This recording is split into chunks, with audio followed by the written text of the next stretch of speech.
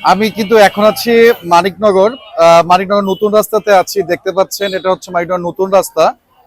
অর্থাৎ এটা হচ্ছে মডেল স্কুলের পরে এই নতুন রাস্তাটা।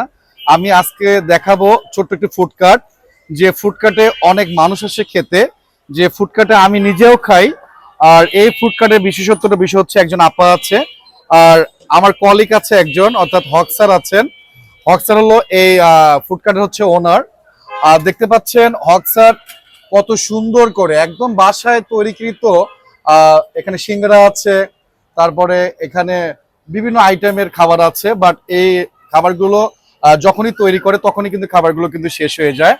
তো দেখতে পাচ্ছেন আমাদের হক স্যার, ওনার চিন্তা হচ্ছে মানিকনগরে কিভাবে ভালো খাবার প্রোভাইড করা যায়, যাতে মানুষ খেয়ে যেন অনেক মজা পায়।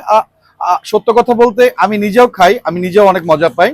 এটা হচ্ছে সুন্দর একটা ফুডকার্ট। আর দেখতে পাচ্ছেন আপা কিন্তু নিজেই কিন্তু বাসা থেকে তৈরি করে নিয়ে আসে, নিয়ে সেখানে কাস্টমারের প্রয়োজন অনুযায়ী ওনারা কিন্তু তৈরি করে দেয়।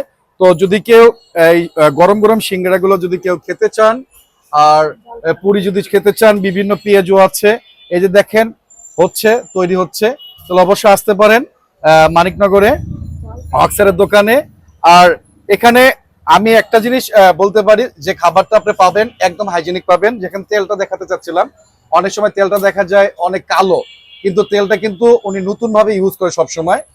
একটা হয়ে গেলেই ওই তেলগুলো কিন্তু আবার পরিশোধন করে, কিন্তু পরিশোধন বলতে ওই তেলগুলো ছাড়া কিন্তু আবার নতুন করে তেল দিয়ে কিন্তু ওনারা রান্নাগুলো করেন। অর্থাৎ এখানে আমরা সবাই আসি, এই খাবারগুলো সবাই খাই।